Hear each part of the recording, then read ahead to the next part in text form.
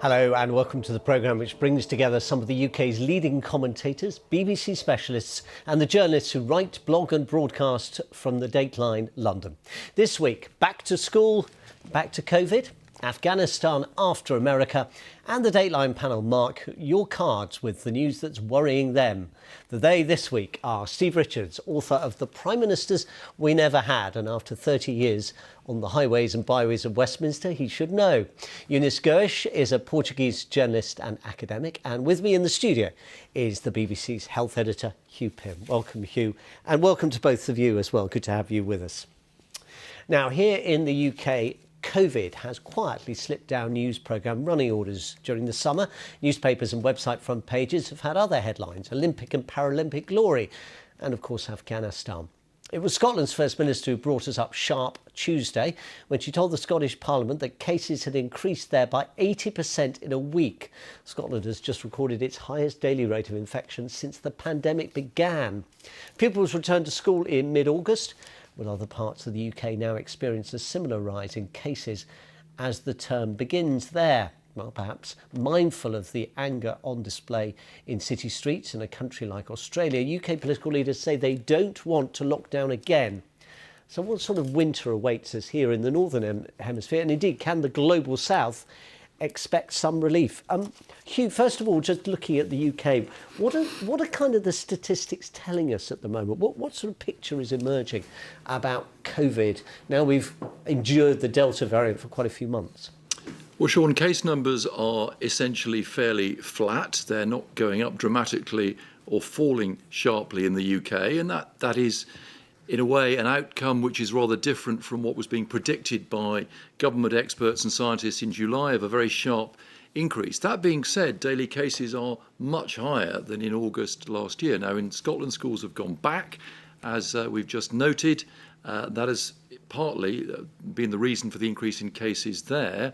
In England and other parts of the UK, schools have been going back in recent days and into next week and beyond. So the key thing is how that may or may not change case numbers. And there has been a decision on Friday, or at least a decision to look further at the evidence for vaccinating children, at least teenage children.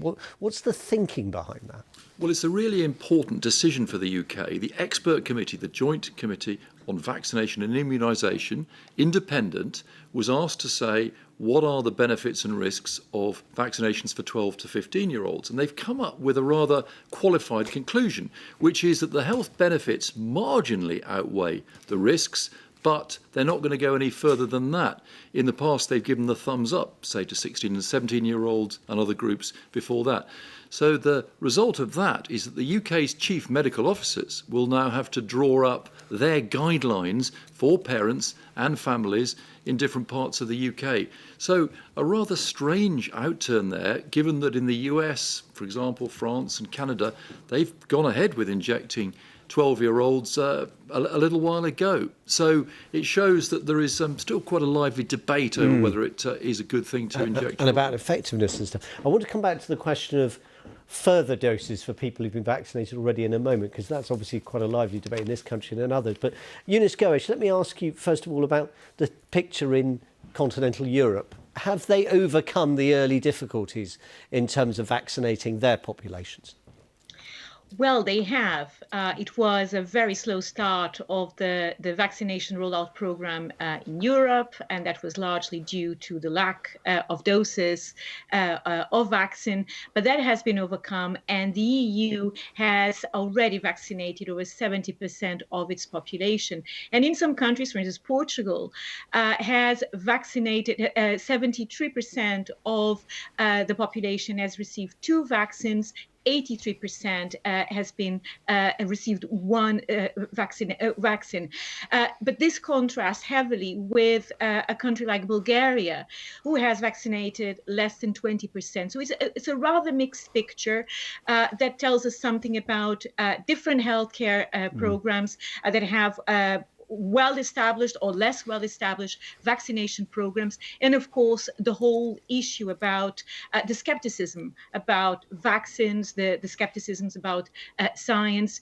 And the World Health Organization actually warned us this week about the dangers of not progressing with the vaccination program, and the danger as well of the anti-vax movements that are growing in Europe and are stalling the whole vaccination program. Steve Richards, what do you make of the opportunity that Britain has had during the summer? And I wonder what the British government has done with that opportunity, in your judgment, of, if you like, a pause in hostilities with COVID. You know, the benefits of the weather, the benefits of people being dispersed from big population centres, the benefits, as Hugh was saying, of kids not being at school. Have they made use of that opportunity at all? Well, it depends what you mean by making use of. It seems to me, I had a conversation with a very senior politician from Scotland in mid-August, a very sharp reader of politics, and he said, you watch when the schools go back in Scotland, earlier of course than England, and the whole thing will start surging again. And that's what's happened in Scotland, and probably that will happen in England. And he said the solution is clear. You do have to vaccinate school children, certainly teenagers. And so that's one thing that, as you've indicated, is sort of in the air at the moment, whereas it seems to me that is one route that can perhaps address some of the immediate fears of the autumn. Beyond that, I think we're in a curious position. I read a scientist, Hugh will know much more, but one of the more optimistic scientists saying he has never had more doubt about what might happen next in the UK than at the moment. So it's certainly a period where you cannot say, oh, well, we're through all of this by any means. But given that it's a vaccine-led recovery in the UK, not a kind of constraint-led recovery, I think the argument for vaccinating teenagers will intensify in the coming weeks. Now, just picking out exactly that point about this being a vaccine-led recovery, Hugh, the question has arisen about should the fortunate people in the UK have had 1-2 doses get a third dose, a booster vaccine, because there's some evidence, isn't it, although limited, emerging from Israel, for example, that vaccinated so much earlier than many other countries, that maybe the effectiveness of vaccines can wane. Yes, the effectiveness can wane, according to that research in Israel and in other countries as well. But there's fairly positive data following the booster jabs, which have been rolled out in Israel, the third jabs, injections, vaccinations. So the key thing for the UK is whether to do the same. And a decision has been made about those with immunosuppressed situations that they will get a third jab. But will it be rolled out to the wider population, starting with older age groups? That is a decision which has not yet been announced. It could be fairly imminent. And it touches on the whole issue of inequality. Should wealthy nations be giving these third doses when in Africa, for example, less than 2% of populations have had any form of full vaccination? And I think the World Health Organization is a bit split on this. Some see the benefits coming into the winter with the most vulnerable people getting a third vaccine. But what about the issue of supplies? And others are saying actually this should be put on hold until there are further vaccination efforts worldwide. It's also interesting, Steve, that a number of countries, their strategies that had seemed effective seem not so effective now measured against the impact of the Delta variant. I was thinking of test and trace in Vietnam, which was kind of a world leader, which just hasn't been able to keep up with the pace of infection. You had a minister in the New Zealand government saying, look, our policy of isolation and then lockdown as soon as a case arises probably isn't going to work for much longer, if you can debate how effective it's been already. And of course, I was mentioning in the introduction those protests in Australia that seem to be getting bigger and more widespread. I mean, do you worry that we're almost, vaccine notwithstanding, a sense that we're almost back to square one in our battle with this infection? Well, I don't think we're back to square one because of the vaccine. However, as you suggest, the variants, each one throws up fresh challenges. And so the assumptions that one particular variant was being addressed by either the sort of rigid lockdowns in New Zealand and to some extent Australia can be immediately turned on its head by another variant, which, one person has it in New Zealand and suddenly 50 do. And so there needs to be a combination of constant improvisation and forensic analysis of what's happening and what's the best way through. But what is clear to me from this discussion, and sort of follows my instincts anyway, is that the idea that we're through this, that this is a sort of end, is just so premature, because there will be other variants at certain points and they might challenge the vaccines as currently being implemented. And so, yeah, I think governments around the world are in a state of flux about quite how to deal with this. And a return to, in inverted commas, the norm, as in pre-pandemic, is still some way off. Eunice, just picking on that, I mean, a number of world leaders have said to us, Boris Johnson in this country, plenty of others around the globe, we are going to have to learn to live with this. How far away do you think we are from that point of learning to live with COVID? Well, I think there are still quite a few lessons to be learned, because it depends very much what we mean by learning to live with COVID. Is it, letting the virus spread and do nothing and let so-called herd immunity take place? Or learning to live with COVID means accepting that we need to put in place mitigating measures, from wearing face masks in closed public places, installing good quality ventilation in schools, in offices, and so on, enabling people to work from home, so hybrid forms of working. All of this, and keeping as well testing systems in place, so allowing people to isolate until they have the result of a negative COVID test if they've been in touch with somebody with COVID. These are the things that are disappearing from the United Kingdom. And I think these are the things that may lead to a very massive surge in the number of cases that may lead to, yet another Christmas spent under lockdown. So learning to live with COVID means learning to accept that in order to have some form of normality, and it's not going to be the normality of pre-pandemic times, we need to accept that our lives are going to be lived differently, that there is a price to pay to be able to meet our friends and our families, to go to the cinema and restaurants, and to work as well, and to keep our economies going, that there are certain things that we need to change in the way that we live. Hugh, last thought. Yeah, to build on Steve's point, it will be very uncertain, at least through the winter, because you've got influenza.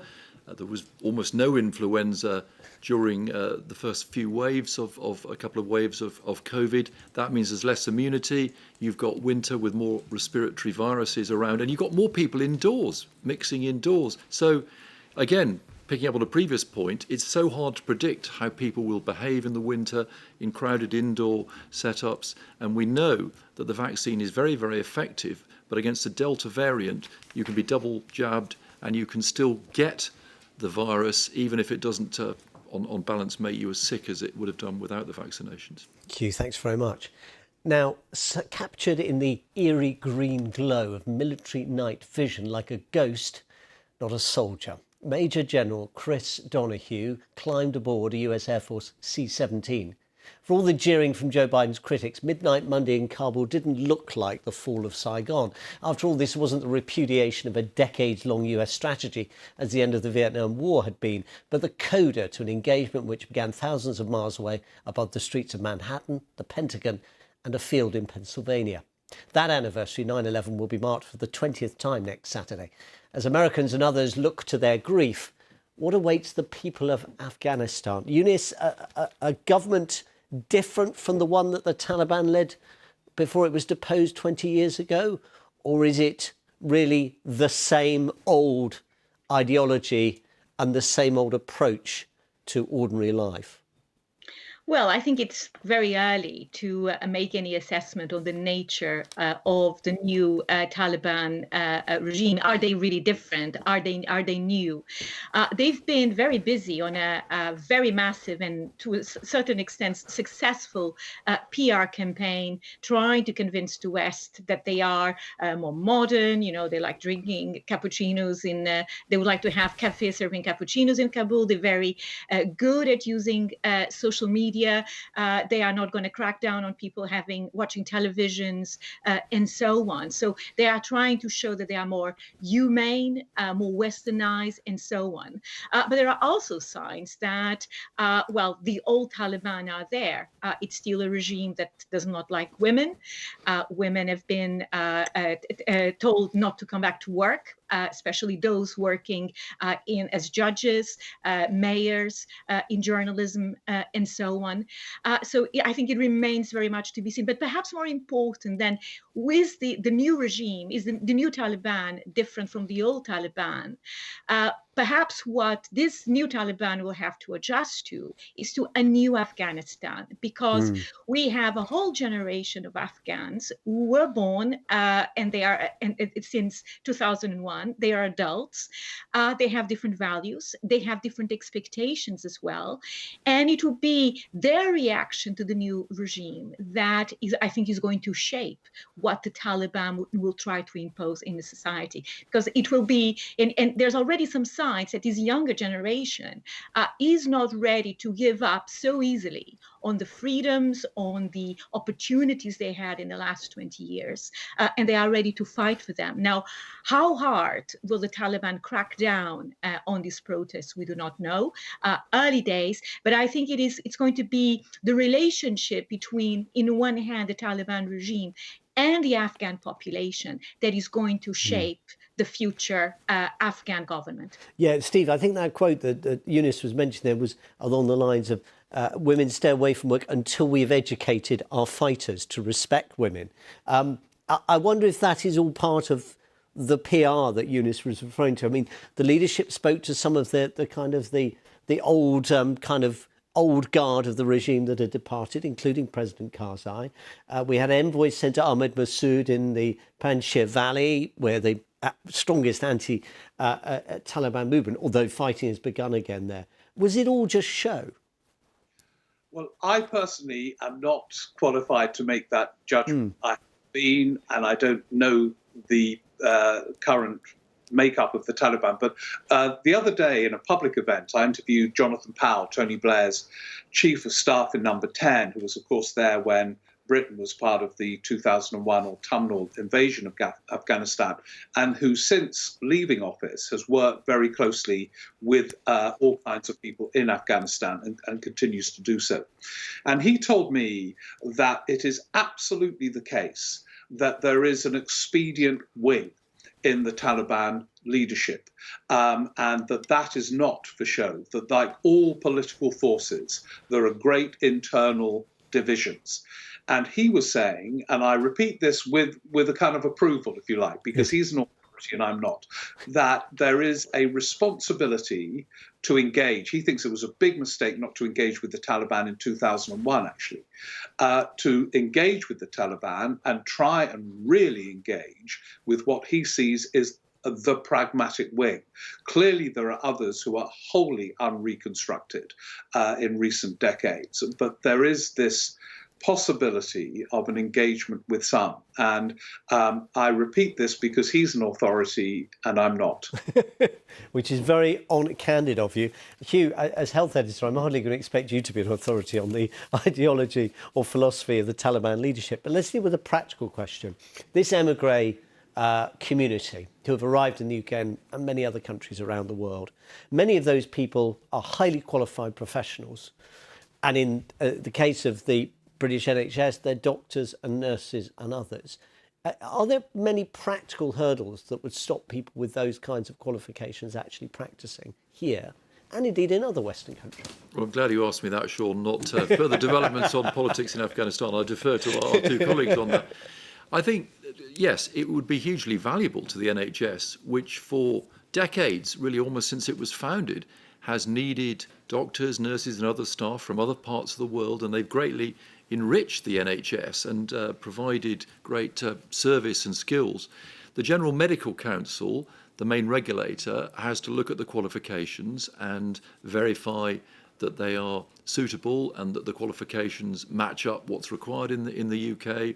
Then there are issues of language and of further trials, which could be a little bit complicated. But I think, broadly speaking, if you've got really highly skilled health professionals who can show the right paperwork, then I'm sure it would be greatly welcome. Not least, of course, because we have a shortage of the people we need, don't we? Just a last thought on this. There is a potential here, Eunice, isn't there, to seize the opportunity of leverage. If we are going to talk to this Taliban leadership, the new Taliban leadership, the economy is tanking. 3/4 of the budget has gone because it was foreign aid money. We hear reports that, for example, cooking oil has just suddenly gone up 63%. This is a government that, however much it taxes imports and exports at land borders, and however much it boosts opium production, which ends up on the streets of other countries, including the UK, as heroin, the bottom line is they need money and we've got money. Well, the West has, of course, some leverage, but aid money only goes so far. And it is true that the humanitarian situation in Afghanistan at the moment is very, very dire. I think the threat of hunger for a big chunk of the population is really upon us. Lots of UN agencies have been warning about the shortage of food, basic food staples in Afghanistan. So there is that possibility of leverage. But for instance, what the UK government has promised to give Afghanistan is will only cover a fraction of Afghan needs.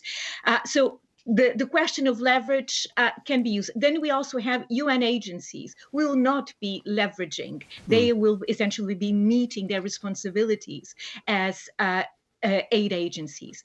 What the Afghan government, the Taliban, have been doing very cleverly this past 10 days has been to say that they don't need the West. Or they don't need the West so much because they have China.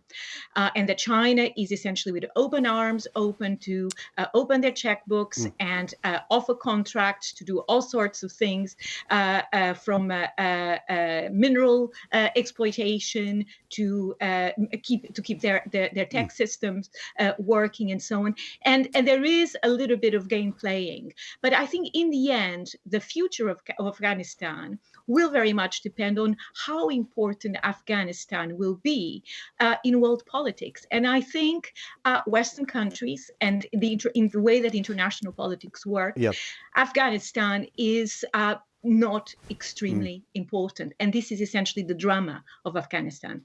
Eunice, thank you very much for that. We've just got a couple of minutes at the end, a chance for each of you to kind of, as I said, mark people's cards about a story you think they should be aware of, either one we may have had reported or we perhaps could do with reporting more on. Steve, you first. Big moment in British politics, of interest, I think, elsewhere as well. After years and years of attempted projects in this area, it appears that the government is soon, perhaps even next week, to announce how it plans to finance social care in the UK, or certainly parts of the UK. Now, this is a huge story. It has been for a long time. And there are complete internal tensions about how much should be raised, how it should be raised. And it's an example of the, in a way, dysfunctionality of British politics, where everyone agrees something must be done. And yet it's still not clear how it's going to be done. Even with the announcement looming in the coming days. A mere 20 years after politicians start talking about it in earnest. You'll go. Oh, well, the story that has really caught my eye has been, well, the ongoing Hurricane Ida and all the damage that has created in the United States. There was yesterday floods in New York, and it was a really freak weather event because after a few hours of very, very heavy rain, so torrential rains, there was sun at the end of the afternoon in New York. But what happened was there were loss of life. And of course, it is the most vulnerable populations of New York and of those American cities who suffered. We saw across Europe, across the world this summer, freak weather events, so flooding that was juxtaposed with a lot of very hot weather. And this is, I think, this is the earth telling us that we really need to take the climate emergency seriously, because otherwise it is again the most vulnerable, and all of us will continue to pay for this, for the neglect of the environment. Indeed, you've got about 45 seconds or so left here. Well, Sean, I agree with Steve. The social care issue, certainly in England, is hugely important. How's it going to be paid for? NHS is one thing, social care is means tested and has to be paid for. How that pans out, crucial. On a lighter note, the relaunch of ABBA, the new brand, getting together again, the famous four after all these years, got a huge amount of coverage in the news, but how it actually comes together in practice with all this digital trickery to make them look a lot younger. Yeah, I'll be watching out for that. I know, I think all of us who work in broadcasting as well will be watching out to see whether the avatars, the younger versions of themselves, still singing the same and looking like they did 40 years ago, works out. We all live in hope for that. Dateline London, back same time next week. From all of us, goodbye.